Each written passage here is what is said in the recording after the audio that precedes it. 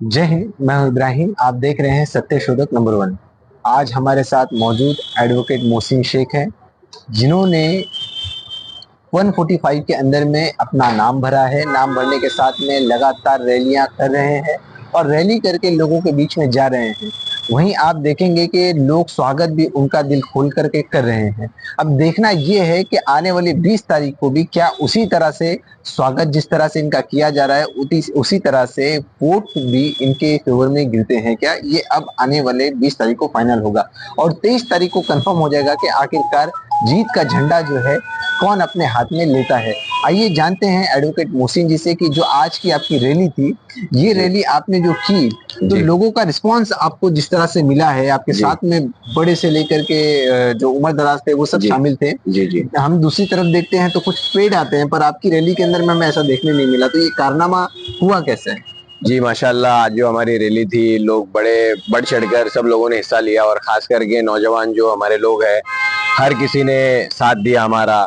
और एक अच्छा माशाल्लाह बहुत अच्छा काफिला था और हमारी एक सक्सेसफुल रैली थी। कई लोग हमारे साथ में जुड़े थे। लोगों का प्यार है जो हमें दे रहे हैं और एक जिम्मेदारी दे रहे हैं जिसको बाखूबा हम निभाएंगे इंशाल्लाह। जिस तरह से आज के दौर में जी लोग एक धर्म की राजनीति कर रहे हैं, जी किसी का नाम हुसैन है तो भी वो एक अपने आप को कहते हैं कि मैं शायद गलती से इस कौम में आ गया हूँ, मैं जी अगला जन्म होगा तो मैं फॉर्म भरूंगा तो मैं वहां चला जाऊंगा, जी या फिर मैं इनका बेटा होता है। उनका क्या मकसद है वो नहीं समझ पा रहे हैं लोग। जी और कहीं ना कहीं वही दूसरी तरफ में जो विपक्षी दल है, तो उन्होंने भी उनपे आरोप लगाया कि हमारे पास पंडित रेड्डी है, आप आ जाइए, हम आपका भी जो है फौरन आपको ये बना देंगे वो बना देंगे।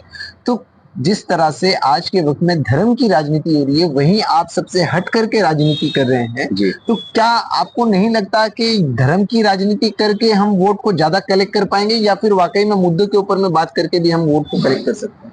जी देखिए, आपने बहुत अच्छा बताया और सबसे पहले मैं आपको बता दूं तो राजनीति और मेरा कहीं दूर दूर तक मेरा संबंध नहीं है। मैं क्रिमिनल लॉयर हूँ, जो मैं क्रिमिनल केसेस में हैंडल करता हूँ। लेकिन मीरा भाईंदर में कई समय से, कई सालों से, कुछ रिसेंटली मैंने कई ऐसे चीजें देखी जो अनकॉन्स्टिट्यूशनल चीजें हुई और कई धर्म को लेके मैंने राजनीति देखी जो नहीं होनी चाहिए थी। और कई ऐसे जो फैसले जो हमारे नेताओं को लेना चाहिए था उन्होंने नहीं लिया। तो उसके बाद ये सारी चीजें देखने के बावजूद मुझे ऐसा लगा कि अब नहीं, अभी हम नौजवानों को भी आगे आके स्टैंड होना चाहिए और ये सारी चीजें देखकर मैं आगे आया हूँ। और धर्म की जो राजनीति जो चल रही है वो बहुत गलत है। हमारा मीरा भाईंदर एक अमन और शांति का शहर है और जो नेता, जो भी हमारे नेता है, हमारे एक्स एमएलए है या हमारे जो भी रिसेंट एमएलए है, उनसे मैं यही दरखास्त करूंगा कि आप ये धर्म की राजनीति आप मत कीजिए और जो भी एक अच्छी कॉन्स्टिट्यूशनल चीजें जो होनी चाहिए वो हिसाब से आप चलिए।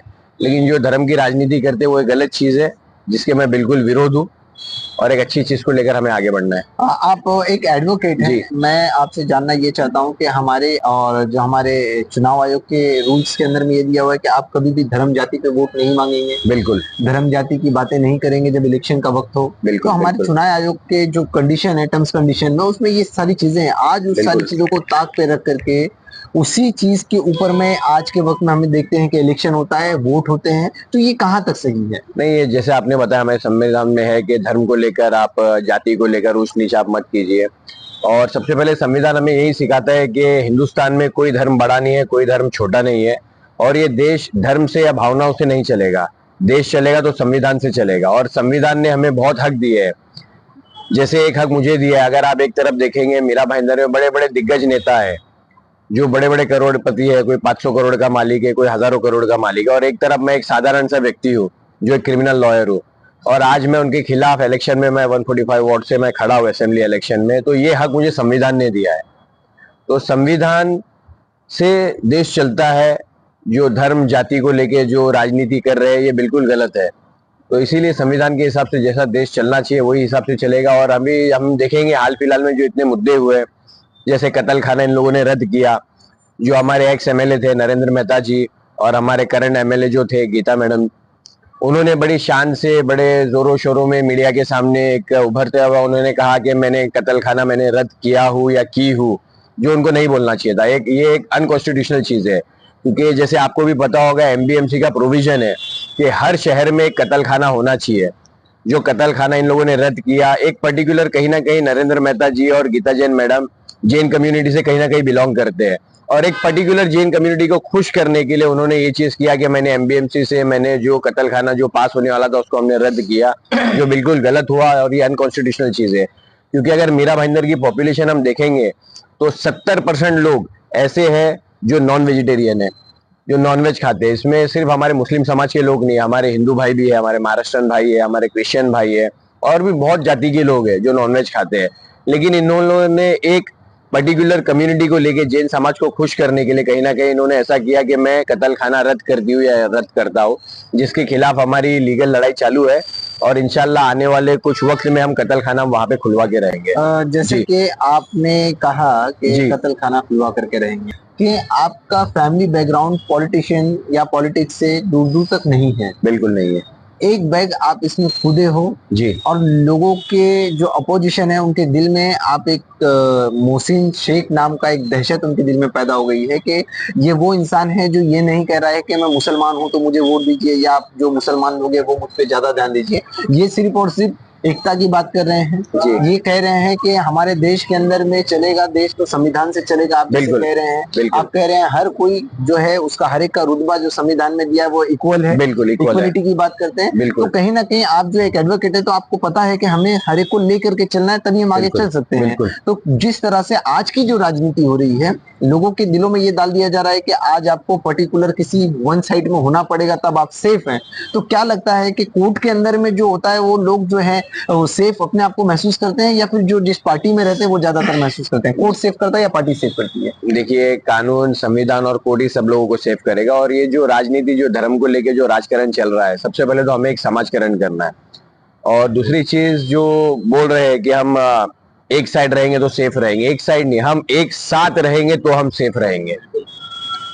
जो धर्म को लेके जो राजनीति चल रही है, हिंदू मुसलमान का जो भाईचारा तोड़ने की कोशिश कर रहे हैं, जिसमें ये नेता कभी कामयाब नहीं होंगे, हम जब तक एक साथ है तब हम सेफ है।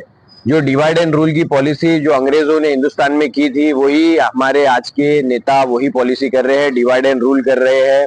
पर्टिकुलर कम्युनिटी को खुश करने के लिए दूसरी कम्युनिटी को टारगेट किया जा रहा है, सिर्फ अपने वोट बैंक के लिए। दूसरी तरफ अगर हम देखेंगे, इसके बदले में इनका ये काम था, अगर मीरा भाईंदर में हम देखते हैं, म्युनिसिपल हॉस्पिटल जो है, अच्छे हॉस्पिटल हमारे मीरा भाईंदर में नहीं है। एक गरीब, एक मिडिल क्लास आदमी को अगर कोई बीमार पड़ता है, किसी को ऑपरेशन करना है, तो उनको बहुत ज्यादा टेंशन में आ जाते हैं लोग कि इतना पैसा हम कहाँ से लाएंगे। दूसरी तरफ जो स्कूल, एजुकेशन, कॉलेजेस जो है, उसमें भी लोग बहुत ज्यादा परेशान है कि इतना हम डोनेशन कहाँ से लाएंगे। तो सबसे पहले इनको ये धर्म की राजनीति करने से अच्छा जो एमबीएमसी में जो प्रोविजन है और जो भी हमारी फंडिंग आती है, सबसे पहले उसमें उन लोगों को हॉस्पिटल खोलना चाहिए, मेडिकल फैसिलिटी देना चाहिए, स्कूल कॉलेज खोलना चाहिए। और तीसरी चीज जो है वो नौजवान का, जो हम अगर देखेंगे बेरोजगारी, मीरा भाईंदर का रेशो, चलिए मैं पूरे शहर की या पूरे देश की मैं बात नहीं करूंगा, मैं जहाँ जो इलाके में हूँ मीरा भाईंदर, उसके अगर हम रेशो देखेंगे तो नौजवानों का अगर हम रेशो देखेंगे, बेरोजगारी इतनी ज्यादा बढ़ चुकी है। ग्रेजुएट बच्चे, जो बच्चों ने ग्रेजुएशन कंप्लीट किया, उनको नौकरी नहीं है। अब क्राइम की जो जड़ है वो यही से स्टार्ट होती है। एक बच्चा पढ़ लिख के नौजवान ग्रेजुएशन कंप्लीट करता है, उसके बाद में उसको नौकरी नहीं है, और यही गरीबी उसको क्राइम की जड़ में लाती है। ये सारी चीजें जो जड़ जो देखनी, ये हमारे नेता नहीं कर रहे। फिर उसके बाद में दूसरी चीज अगर हम देखेंगे, नयानगर में अभी जो हाल फिलहाल आप जानते होंगे, नयानगर में जो पिछले 10 महीने पहले जो एक दंगे का माहौल क्रिएट हुआ था, वो दंगा नहीं था, ये एक पॉलिटिकल एजेंडा था जो पर्पसली किया गया था। और नयानगर के करीब में जो एक बस्ती है शांति नगर, वहां के लोग से आज तक कभी कोई मसला नहीं हुआ, कभी कोई झगड़ा नहीं हुआ। वो अमन और शांति के साथ में रहते हैं। शांति नगर में हमारे पूरे हिंदू भाई रहते हैं, नयानगर में मुस्लिम भाई रहते हैं, सब अमन शांति के साथ में रहते हैं। लेकिन ये भाईंदर गांव से इन लोगों को 5-6 किलोमीटर का फासला करके इन लोगों को वहां पे नयानगर में भेजा गया, उनको ये दंगा करवाया गया। और उनके बाद में आज जो बच्चे नयानगर में, मैं ऐसे नहीं बोलता कि सारे इनोसेंट है, लेकिन most of them are innocent. आज 10 महीने से 18 बच्चे जेल के अंदर सड़ रहे हैं, और कोई नेता, जो हमारे एक्स एमएलए नरेंद्र मेहता जी, उनको वहां पे आके एक कॉन्स्टिट्यूशनल फैसला लेना चाहिए था, एक सेक्युलर फैसला लेना चाहिए था कि ये कोई दंगा नहीं है, जो इनोसेंट है उनको न्याय मिलना चाहिए। ना उन्होंने कोई फैसला लिया।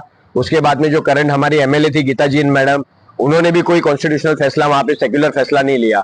उल्टा उन लोगों ने एक एंटी मुस्लिम उन्होंने वहां पे बन गए कि मैं एक हिंदू शेरनी हूँ, हमको 5 मिनट दो। और उसके दंगे के बाद में जाके मीरौड़ के सब हॉकर को उन्होंने तोड़वाया। ठीक है, हॉकर के खिलाफ हम भी है, जो इलीगल है उसको तोड़वाना भी चाहिए, लेकिन पर्पसली एक दंगे के बाद में ही आपने क्यों तोड़वाया? आप एक मैसेज देना चाहते हो कि मैं एक पर्टिकुलर जैन कम्युनिटी की हूँ और मैं मुस्लिम होकर जो है मैं उनको तुड़वाऊंगी, आप बेशक तुड़वाइए, जो इलीगल है उसके खिलाफ हम भी है, लेकिन पर्पसली वही मुद्दे पे आप तुड़वा के लोगों को क्या संदेश देना चाहते हो। और तीसरी तरफ जो हमारे मुजफ्फर हुसैन साहब है, आज जो बच्चे पिछले 10 महीने से जेल में है, हमारे कौम के जो बड़े नेता है, आज सारे लोगों को एक उम्मीद होती है, मुस्लिम लोगों को, कि हमारे कौम के बड़े नेता है, हमारे रहनुमा है, अगर लोगों के साथ कुछ गलत हुआ तो वो आएंगे, लेकिन मैंने कहीं पर उनको नहीं देखा कि वो आए और लोगों का उन्होंने साथ दिया। अगर आप देखेंगे तो पुलिस स्टेशन में उनकी मेरी मुंहमारी भी हो गई थी, जब मैंने पुलिस स्टेशन में मैंने बात किया था कि आपने वन साइड एफआईआर क्यों बनाई है, आप इसमें क्रॉस एफआईआर बनाइए, लेकिन उस टाइम पे भी सिर्फ एक वन साइड एफआईआर बनाई थी। तो ये कहीं ना कहीं सिर्फ एक लोगों को वोट बैंक की तरह यूज करते हैं। और अगर आप लोग, जैसे आपने बताया कि राजनीति में मेरा कोई बड़ा रोल नहीं है, मैं नया, तो मैं एक चीज आपके चैनल के माध्यम से बताऊंगा कि राजनीति में ना मैं जीतने आया हूँ, ना हारने आया हूँ, ना किसी के वोट काटने आया हूँ, लेकिन मैं लड़ने आया हूँ। जो संविधान ने हमें हक दिया उसे लड़ने आया हूँ, और हर मजलूम के खिलाफ जिसके साथ अन्याय होगा, जो संविधान ने हमें हक दिया, मैं उनके लिए लड़ूंगा। बहुत बहुत शुक्रिया हमसे बात करने के लिए। ये थे एडवोकेट मोहसिन। इसी के साथ में मौजूद जो इस जॉइंट हमारे साथ में है वो है सनी पटेल जी। हम उनसे भी जानने की कोशिश करते हैं, क्योंकि शुरू से लेके एंड तक का जो है मोहसिन शेख के साथ में कदम से कदम मिला करके खड़े हैं और काफी अच्छे उनके दोस्त हैं। जिस तरह से इन्होंने अपने गांव के अंदर में इनकी एंट्री की, वहां पर भी इनको बहुत ज्यादा प्यार मिला। आइए जानते हैं सनी पटेल जी से कि उनका क्या कहना है। मैं तहे दिल से शुक्रगुजार हूँ कि जो देखो, हर हर घर में बर्तन है तो वो बजोगे, लेकिन जो आज जो शहर का जो माहौल है, जो कुछ हो रहा है, वहाँ देख के मुझे लगता है हर आदमी ये चाहेगा कि एक सेक्युलर बंदा है, और सेक्युलर सिर्फ बोलने से नहीं, ना किसी की धर्म और जाति पे बोलने से, वो अपने कामों से पहचाना जाए। तो मुझे लगता है कि मुझे फक्र महसूस होता है कि मैंने अपने दोस्त को इस फील्ड में उसकी मदद कर रहा हूँ, उसके साथ में कंधे से कंधा मिला के खड़ा हूँ, तो ये मुझे फक्र है। क्योंकि मैं अभी फिर से कहता हूँ कि लोगों को जेब में तो गांधी जी चाहिए, लेकिन जेब के भीतर नथुराम गोडसे चाहिए। तो ये इनकी पॉलिसी है, और मैं तो बोलता हूँ कि अंग्रेज तो चले गए, लेकिन हमारे पीछे ये 3 नेता छोड़ गए। तो बिल्कुल आप अपना जो मतदान है, वो मतदान बहुत कीमती है, आप अपना मतदान कीजिए। ये मत एक्चुअली दान नहीं है, मत आप किसी की, आप अपने लिए कर रहे हो, ना कि किसी और के लिए कर रहे हो। तो जब आपको पता है कि अपने एक मत से हम किसी की कुर्सी में किसी को बिठा सकते हैं, तो किसी को गिरा भी सकते हैं, या किसी की कुर्सी हिला सकते हैं। तो बिल्कुल मतदान कीजिए 20 तारीख को। मैं यही कहूंगा कि कोई कहेगा मैं हिंदू, कोई कहेगा मैं मुसलमान होने से मैं तकलीफ में हुआ, आज मुसलमान गलती से हो गया, तो छोड़ दीजिए। ये राजनेता, ये आपको 5 साल में फिर कहीं नहीं दिखने वाले, लेकिन दिखेगा आम आदमी जो आपके बीच में रहेगा। मैं ये भी नहीं कहूँगा हमारे प्रत्याशी को आप मत दीजिए। सुनिए फिर से मैं क्या कह रहा हूँ कि मैं इस मीरा भाईंदर शहर का वासी हूँ। मैं कहूँगा जो आपको ठीक लगे, आपको लगे जो हमारे लिए हमेशा अवेलेबल रहे, जो हमें 24 घंटे तो कोई किसी के लिए काम नहीं कर रहा, सिर्फ बोलने की बात है, चुनावी मुद्दा है ये, और चुनावी जुमला ये कोई किसी के नहीं, लेकिन कम से कम 12 घंटे में जो आपका फोन उठाए, जो आपके लिए अवेलेबल रहे, और जो कॉन्स्टिट्यूशन के अंदर रह के आपका काम करे, उसी बंदे को चुनिए। तो मैं फिर से अपील करूंगा, मैं तो अपने बंदे की अपील करूंगा, लेकिन उसके बाद आपकी मर्जी है। मैं फिर अपील करूंगा कि एडवोकेट मोहसिन उमर शेख, 15 नंबर उनका बैलेट नंबर है, और चुनाव चिन्ह है केटली। तो और सारे जो आज रैली के बाद लोगों ने हमें प्यार दिया, मैं तहे दिल से उनका शुक्रगुजार हूँ कि उन्होंने जो प्यार दिया, उन्होंने जो हमें बातें कही। हम वो लोगों के बीच में आने से डरते हैं, क्योंकि आज के राजनेता है वो दबाव की राजनीति समझते हैं, लेकिन हम तहे दिल से उनका शुक्र अदा करते हैं। जो भी है, जहाँ जीत हट सकते हैं, हमारे से साथ आया है, हमारे से जो आगे भी है, जो पीछे भी हमारे साथ में है, जो पीछे, हर किसी को हम शुक्रिया करते हैं। और यही बोलेंगे कि 20 नवंबर में सोच समझ के आपका जो चुनाव है वो चुनाव मतदान कीजिए। बहुत बहुत शुक्रिया हमसे बात करने के लिए। ये थे सनी पटेल, जिन्होंने हमें बताया कि वोट जो है हमें क्यों करना चाहिए और किस लिए करना चाहिए। आज के वक्त में क्या चल रहा है ये मुझे बताने की जरूरत नहीं है, मैं किसी पे टीका टिप्पणी नहीं करना चाहता। रीजन कहीं ना कहीं ऐसे लोग खड़े होने की वजह से ये पता चलता है कि सरकार और जो हमारे आसपास के नेता हैं वो अच्छे काम नहीं कर रहे हैं, इसलिए संविधान का सही तरीका इस्तेमाल करके इन्हें उनके विपक्ष में खड़े होकर के बताना पड़ता है कि आप काम नहीं कर रहे हैं, इसलिए हम खड़े हैं। काश कि अगर वो ईमानदारी से काम अपने शहर के लिए, अपने लोगों के लिए कर रहे होते, तो मुझे ऐसा लगता है कि ये कहीं ना कहीं कोर्ट के अंदर किसी क्रिमिनल की, जिसके ऊपर बेगुनाह तरीके से केस कर दिया गया, उनकी फाइट लड़ रहे होते हैं, ना कि यहाँ पे बैठ करके राजनीति भाषण दे रहे होते हैं। दोस्तों आप लोगों की राय आज की राजनीति चल रही है उस पर क्या है, और जिस तरह से मोहसिन जो एडवोकेट मोहसिन है उनके ऊपर क्या है, कमेंट करके जरूर बताएं। इनकी सोच पे क्या है, कमेंट करके जरूर बताएं। वीडियो अच्छा लगा तो इसे दूर तक पहुंचाएं। मैं इब्राहिम, जय हिंद, जय महाराष्ट्र।